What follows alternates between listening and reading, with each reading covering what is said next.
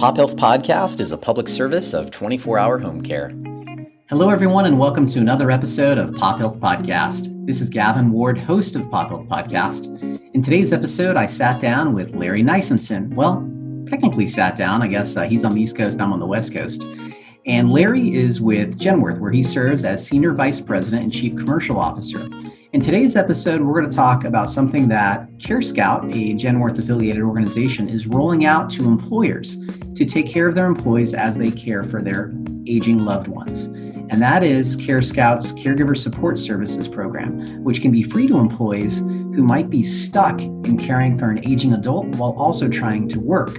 Larry talks about the benefits of this new program through Carescout, which has over 20 years of experience and a network of over 100,000 healthcare professionals to help employees deal with caring for an aging loved one while also dealing with the burdens of the workplace. We hope you enjoyed today's episode where you learn a little bit about Larry on the personal side and also, of course, on the professional side as well. You can learn more about Pop Health Podcast by visiting pophealthpodcast.com and checking out episodes now on our new YouTube channel where you can see videos. But via audio, you can find us on Apple Music, Stitcher, Spotify, and of course, pophealthpodcast.com as well. Thanks, everybody. Enjoy the show. So, Larry, thanks for joining the show. Where are you today? I am in Princeton, New Jersey, sitting in my living room like everybody else, working from home in this crazy remote world that we're in, Gavin. Yeah, it's fun times. So before we get into the kind of the meat and potatoes of who Genworth is, and more importantly, the Carescout line of business, tell us a little bit about yourself, maybe something that might surprise some folks outside of the workplace. So there's two things that I'll share with you. The first is that I was a restaurateur early in my life. I worked my way through college, at a restaurant as a waiter, and then a line cook, and then a head cook, and had this crazy idea when I got out of school after having paid for a degree that why not buy the restaurant? So I bought a restaurant and was a restaurateur for the better part of 7 years. And I will tell you that 25 years after having sold it, I long for it almost every day. It was probably the greatest, the greatest time of my work life. And I love what I do now, but I loved working with people, meeting customers. It was awesome. My wife didn't love it so much, but I loved it. Well, hopefully you do some cooking for her and the family. I do, and she accuses me often of buying another restaurant one piece of equipment at a time.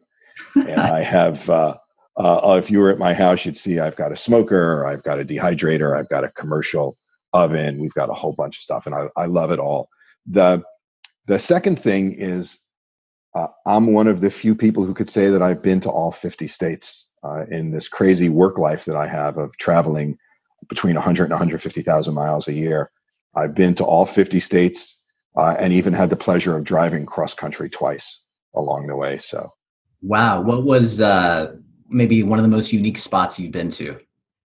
So it's funny because there's actually a commercial on this now, but I drove 2 hours out of my way on my last trip across to see the largest ball of string in the world. Oh yeah. It was fantastic. And I pulled into town about 6:30 in the morning. I stopped by a coffee shop and said, hey, grab some breakfast. What time does the big ball of string open up? And the guy looked at me. He's like, sir, it's out in the middle of a park. It doesn't open up. Drive by it whenever you'd like. And I was like, oh, I just expected it to be so much more. You know what I mean? But it was for sure unique. And it was just Americana at its best, if you will. That is pretty neat. So before we get into what we're really here to talk about, which is the caregiving dilemma here in the United States and how your organization is addressing that, would you mind giving the audience, who are mostly healthcare professionals, they've probably heard of long-term care insurance, and we're not here to talk about long-term care insurance on the episode, but you're part of Genworth. So maybe before we get into Genworth and Carescout, what is long-term care insurance, and maybe what is a myth or something that people get it wrong? Sure. No, and I appreciate that. It's interesting. Long-term care insurance has been around for the better part of 40 or 50 years. And there are a ton of misconceptions, but to your point, let's start with what it is, right? Before we talk about what's misunderstood. Long-term care insurance really is there to help a person while they're alive, and they can't perform two of the six activities of daily living, right? And those six main activities of daily living include bathing, dressing, feeding themselves, transitioning. Can they toilet themselves? Are they incontinent, or can they are their bowels in okay shape? And so when you reach a point in your life that you can't perform two of the six of those, long-term care insurance steps in to provide you the funding, whether you want to stay at home, which is what most people start with, go into an assisted living facility, or ultimately go into a more of a formalized nursing home facility. Long-term care insurance steps in to help you pay the benefits and defer some of those costs. So it's a policy that pays only really while you're alive, unlike life insurance that might kick in after you've passed away. And for your beneficiaries, long-term care insurance is really meant to be there for you to help you pay for those costs. Okay, great. Thank you for the explanation. And maybe how about a myth or a common misperception about long-term care insurance? Yeah, so I'm going to give you four quick ones because they're the four main ones. The first is people think that their health insurance covers long-term care. And that's quasi true. And it's true in the sense that your health insurance will pick up the medical costs that might be attributed to long-term care. But if you need somebody to help you get out of bed, and you need to bring in non-skilled workers, or you need to do a modification to your home, you have to put in a new shower, let's say, or grab bars, your health insurance wouldn't pay for that. That's where long-term care policies come in. The second one is the idea that people want their families, or their families will take care of them. And that's also true. As a matter of fact, when we look at the long-term care statistics and we look at caregivers, there's 34 million unpaid family caregivers here in the United States. The question is, how many of them are doing it because they want to versus they have to, right? The third one, very quickly, is long-term care is too expensive to buy, right? And that's also sort of true, but not really true. If you are looking for it to pay the entirety of your bill as healthcare costs rise, right? That's true. It is prohibitively expensive. Some people can afford it and some can't. But this is one of those instances where even if you put something in place, Gavin, just a smaller policy, whatever you can afford, will still help defer what those costs are down the road. Those are probably the three largest one. And then the fourth one, the broadest one, is that I won't need long-term care insurance. It's not going to impact me. And truth is, again, statistically, 7 out of 10 people over the age of 65 will have a long-term care event and not be able to do 2 of those 6 activities of daily living that we talked about. So they're going to need to plan for it. And if you don't plan for it, you're going to hopefully be able to enlist somebody who can help. Awesome. Thanks for the overview. And of course, folks, we're going to talk about the Carescout component of Genworth today. But Larry, you don't just lead the Carescout component of Genworth. Tell us kind of briefly about your overall responsibility at Genworth. Sure. Thanks, Gavin. I'm the Chief Commercial Officer for all of Genworth's U.S. life operations. So I have the pleasure of overseeing our sales, distribution, new product, and new business areas across our long-term care insurance, our life insurance platforms, our annuity platforms. The folks that I get to work with every day are out there trying to create new and exciting products to address whether it's the pandemic that's hitting or whether it's just the long-term nature of healthcare in the U.S., trying to understand what consumers need and how can we help them solve for the financing of aging, which is really what our mission is.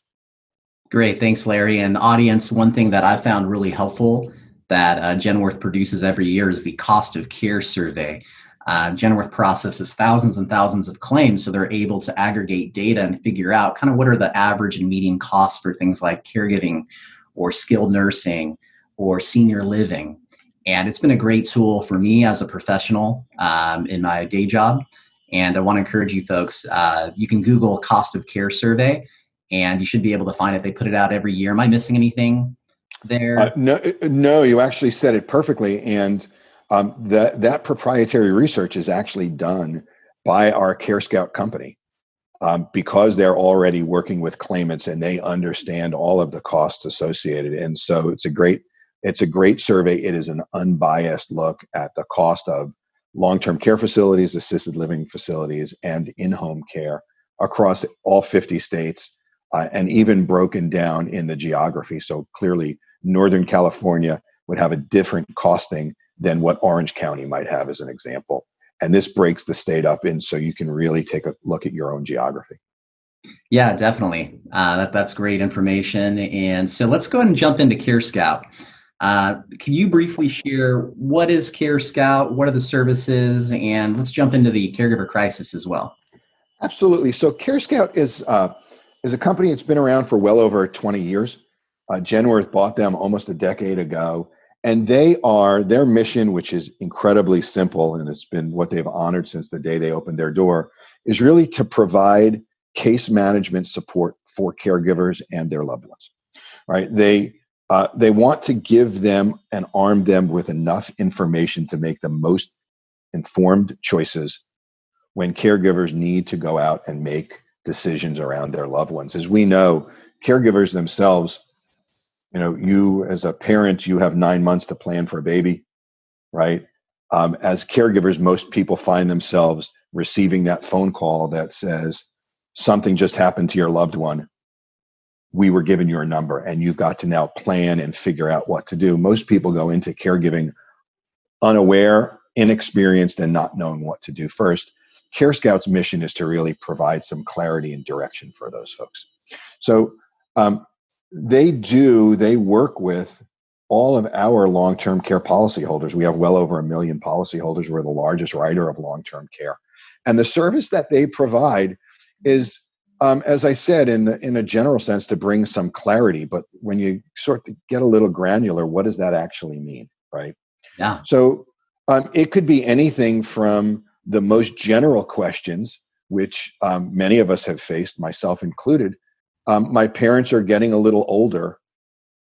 I need to have a conversation with them about driving. I need to talk to them about taking the keys, which sounds like such a simple thing, but it isn't. Oh, no. Right? Yeah. You're talking about taking the freedom away. How do you start those conversations? So we have a library of well over 50,000 pieces of information, some of which we've written, some of which we've aggregated. And so we have a learning library available through Carescout. We have an 800 number where somebody says, look, I've just found out I'm a caregiver. I don't even know where to begin. I was just given your number. What do I do? And we'll help them answer whatever the emergent issue is. You need to find a facility. You need a nursing home. You need to find a rehab. Maybe somebody fell and broke a hip.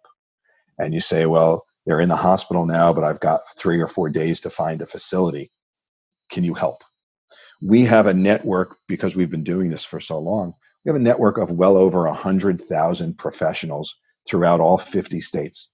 That network includes facilities, therapists, licensed social workers, nurses, general contractors, plumbers, electricians, attorneys, and we go to work. That person who they pick up a phone and speak to is a licensed clinician. They say, okay, let's diagnose what you need. Maybe you need a facility. Maybe you need to find somebody to bring in, right, to provide unskilled or skilled nursing care. They do all of the groundwork. Think of them as doing all of the Googling, right? Except all they do is that all day. So the experience that they bring to it is incredible. And then they turn around and they say to you, Gavin, great news. Here's the report we're going to send out to you. Let us walk you through what we found. We've strung together a network. This is what you called us for. This is what we were able to find. We pre-negotiate the pricing because we're a volume buyer and we've paid so many claims. We know what something should cost. We do all of that negotiation for clients at Carescout. And then we deliver that report and work with the caregiver to make sure that they understand what's going on. And then the final service that I'd mentioned, which in the pre-COVID world and in the post-COVID world, right, let's be optimistic that we're going to get to that point soon enough, is probably the most unique service. And that's that we often will hear from a caregiver something that goes like this, I don't know what's wrong with my mom. I don't know what's wrong with my dad. I can't really describe it. They just seem off. Or they're in a facility, but I'm not sure it's the right facility. Well, telemedicine is really good at some things, but what it's not great at is putting physical eyes on your loved one. And one of the services that Carescout provides, and has been since its inception, is sending registered nurses, licensed social workers, and other healthcare professionals out to meet the care recipients. We meet them in the place that they are. We do an assessment of them. Maybe it's cognitive, maybe it's about their physical space. But either way, we put eyes on your loved one and we come back with a full report. And often what it will say, Gavin, is, hey, you asked us to go out and we noticed, you asked us to go out and test their cognitive skills. The great news is they're as cognitively aware as any 85-year-old is. But while we were there, we noticed that you have 3 tripping hazards. You've got a rug and 2 sharp tables that really should be moved, right? Or your mom is using a cane. I think she needs to progress to something, some other piece of medical equipment, whether it's a walker or something else. So we look at secondary and tertiary things that you might not have noticed, but because this is what we do for a living, we get to really dig deeply into those services. And then we share that with the caregiver. All of this, by the way, is included in their long-term care policy if they happen to be a Genworth long-term care policy holder. And if they're not, it's in the new service that we're bringing out to market. And it's an amazing, the number of calls we get from caregivers who say, I don't know what I would have done without you. There was no way I could have figured this out. Yeah, so I was going to ask you, I've actually known Carescout probably for 18 years since I started in home care, which is my day job. And, I've seen it, provide resources, but it sounds like you guys are going a lot deeper. So tell us about this new service that companies may be able to leverage for their employees. So about a year and a half ago, I got a call from one of our employer. We sell group long-term care insurance as one of the product sets that we sell. And one of the employers called me and we were just chatting and he said, I'm in the middle of this dilemma. We've got some folks who are caregivers. We don't know what to do with it. And I said, oh my gosh, we do a complimentary study to cost of care called Beyond Dollars. And Beyond Dollars is really aimed at what we would describe as the lost productivity of employers, right? We happen to know that there are between 35 and 40 million unpaid caregivers in the workforce today. It's virtually 10 to 12% of the population in the US are unpaid caregivers.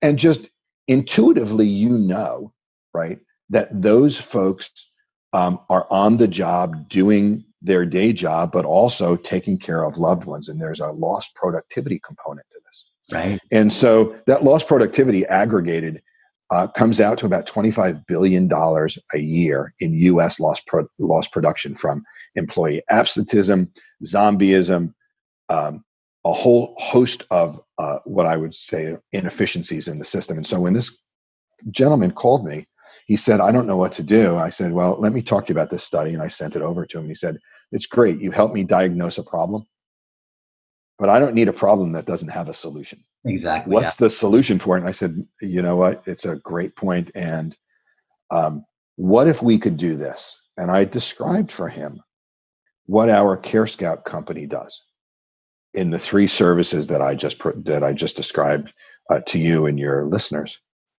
I said, would you be interested in something if we were to offer that to all of your employees? And he said to me, it's the most unique thing I've heard. And we would love it because it would provide for us a level of support that we haven't been able to provide. And so that was about a little over a year ago that we conceptualized it and are just bringing to market now this idea of the Carescout Employer Support Services. It is a model where the employer pays the fee for the employees. When we bring it out to a company, all employees are enrolled in it. Okay. And everything that I just described, once an employer says yes, all of those services come free to the employees. There's no upsell. There's no point where they hit it and we say, well, if you want us to come to your house, you've got to pay us a couple of $100. It's all free and it's unlimited, right? So when we find an employer who is interested, and we've had many who are, what we say to them is, we are going to reduce and remove the burden of finding care solutions for your employees. We don't do the care, right? We're not going to go out and pay for the care for them, but we're going to do all of the legwork, all of the homework, and we're going to instill in them a level of confidence and stress reduction because we are the experts in this. Yeah, that sounds great. So a lot of people listening might be like, hey, that'd be cool to have that at my company. Nice to hear that. So I would guess the majority of our listeners are more on the employee versus the owner of the company. There's owners on listening as well. For the decision makers that are listening today, cost is always the question. And I know each employer might be different and there's different costs, but is this something where like it's a per employee per month cost? Is that how it works? That's exactly how it works, and it's based on the number of full-time employees that you have. Okay. Right, and the cost is nominal. It's a couple of dollars a month per employee. Okay. And what we've heard, so we know that per 1,000 employees, again, this is based on our study, Beyond Dollars, per 1,000 employees, so do the math at the size of your company, the actual hard cost of lost productivity is about $1.8 million per year per 1,000 employees. So if I told you that the cost, I'm sorry, say it one more time, Kevin. Sorry to cut you off there. No. Because of the caregiver crisis. Correct. That's exactly right. Right. And so when we look at sort of a cost benefit analysis, you say, if it was going to cost me, if I was going to save $1.8 million a year in productivity, what would you pay for those same 1,000 employees? In our case, the cost is somewhere between $25,000 and $30,000 a year to ensure and get the services for those 1,000 employees. And the offset is potentially millions of dollars of productivity gain. So we think that the ROI from the employer standpoint, and when we meet with a company, we generally meet with the benefits manager and the CFO, and we try and have this conversation together to really get at the cost benefit. And we've not had any company say to us, those numbers don't make sense to us. First of all, it's palpable. They feel the lost productivity. They just haven't had a way to solve for it in the past. Yeah, definitely. So is the services that Carescout offers only for older adults? Like, is it for care just for older adults, or could it be for someone like another family member that may be middle-aged? Or I know the focus is probably on older adults, but yeah. So it's a great question. And we are predominantly in the older age caregiving. So our expertise is really focused in what I would describe as adult caregiving. So if it was somebody who were middle-aged or older, for sure, this is a great fit.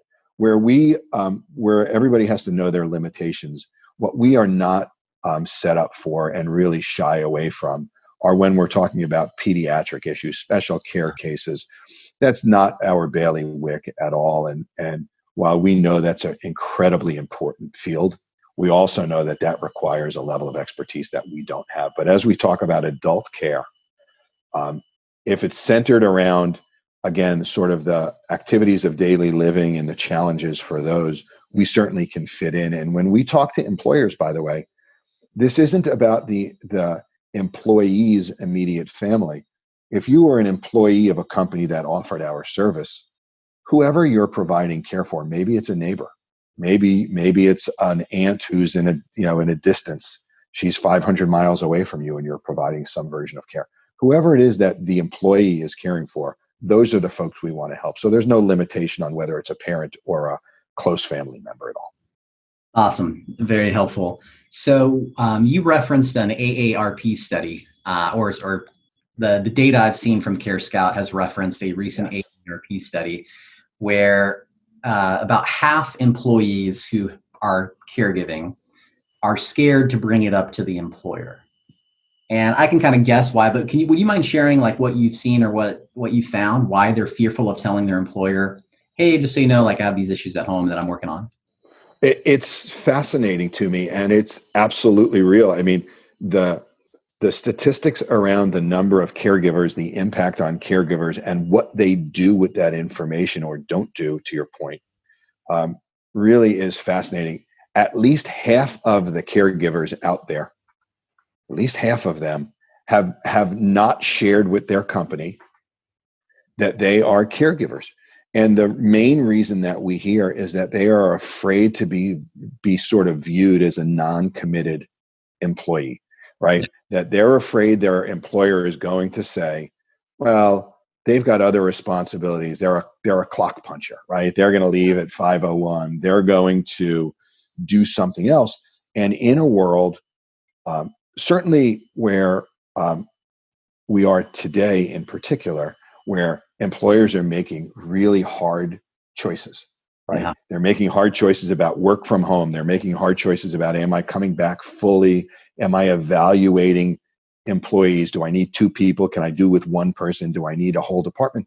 The caregivers are afraid that if they put their hand up and say anything about them being special in that way, that employers are going to frown upon that. And I have to tell you, Gavin, our experience is quite the contrary.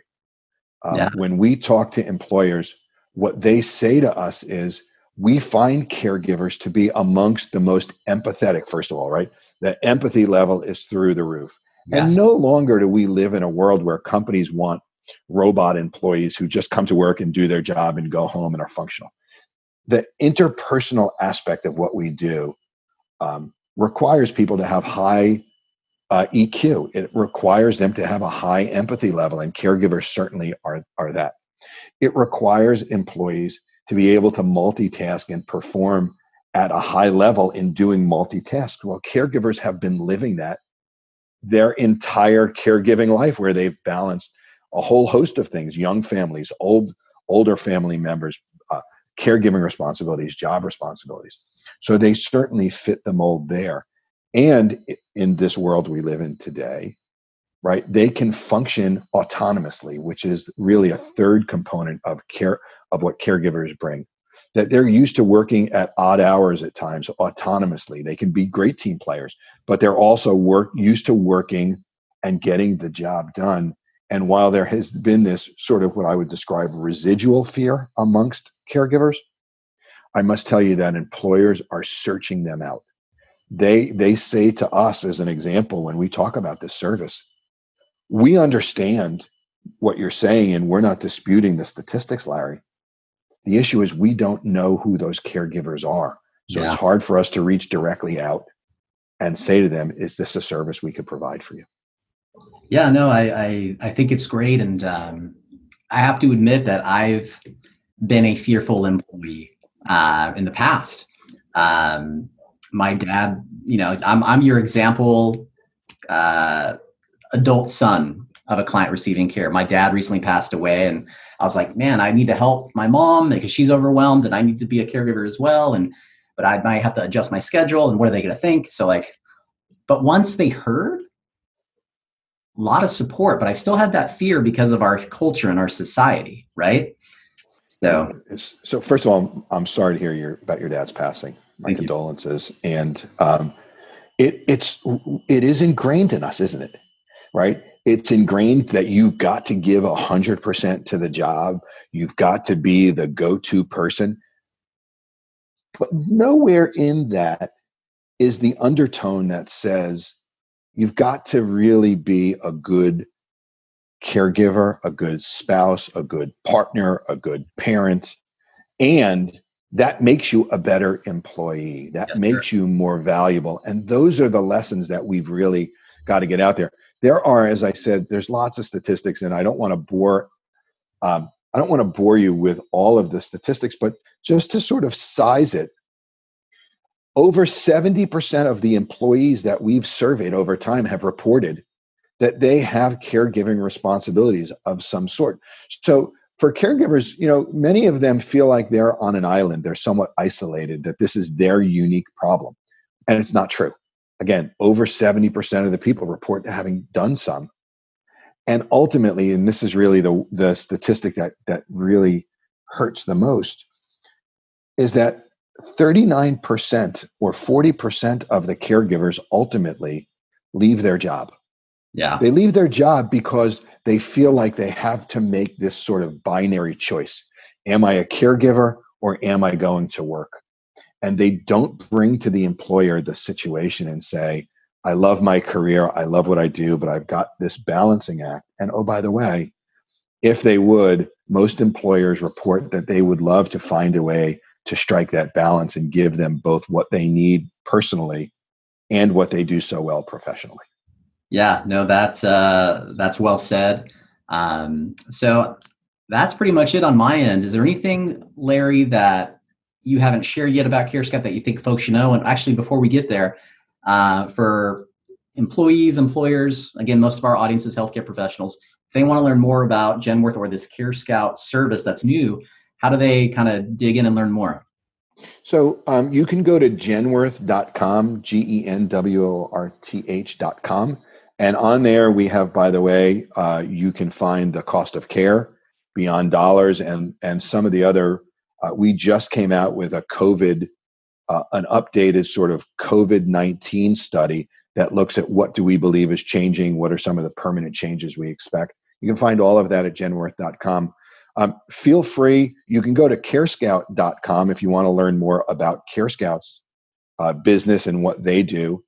You're more than welcome to email me directly, and I can help you find some of that. My email is Larry, Larry .Nisenson, Nisenson, at genworth.com. And I know, as crazy as that sounds, I answer every email that I get. Doesn't go to a general box, it goes right to me, and I answer every one of them. Here's my last parting words I would share with your podcast listeners. I know that many or most are healthcare professionals, and some of them may be caregivers, but all of them interact with caregivers. Yes, sir. I happen to think it is a little bit missionary work that we're doing in saying that caregiving might be the most important responsibility there is, period. Our support of caregivers, our support from Genworth of the caregiving professionals such as yourself and your podcast listeners, our view of what is the most important thing is that we help caregivers and the professionals that support them figure out how, in this growing world of caregiving, meaning there will be more caregivers, that number of 40 million is going to go to 50 million. It's going to go to 70 million over the next couple of decades. We must meet that challenge. And at Genworth, we're here to meet it. And I just wanted to say to your listeners, thank you so much for what you do. What you do is providing an incredible service to folks who are our most vulnerable and are looking and longing for more information. If there's anything we can do, please reach out. But you have our heartfelt thanks for everything that you guys are doing. And Gavin, to you as well. Thank you for hosting me and for the work you're doing on this. Awesome, Larry. Thank you so much for those parting words. Folks, again, you have Larry's information. If you weren't able to write it down, Larry, can you actually repeat that email one more time for us? Sure. It's Larry, Larry .Nisenson, Nisenson, at genworth.com. You can also find me on LinkedIn and Twitter, and I'm happy to communicate on those platforms also. Thanks everyone for tuning in to another episode of Pop Health Podcast. We hope you've enjoyed today's episode, and if you have and want to check out other episodes, visit us at pophealthpodcast.com, iTunes or Apple Music, Spotify, Stitcher, and now YouTube as well. Take care.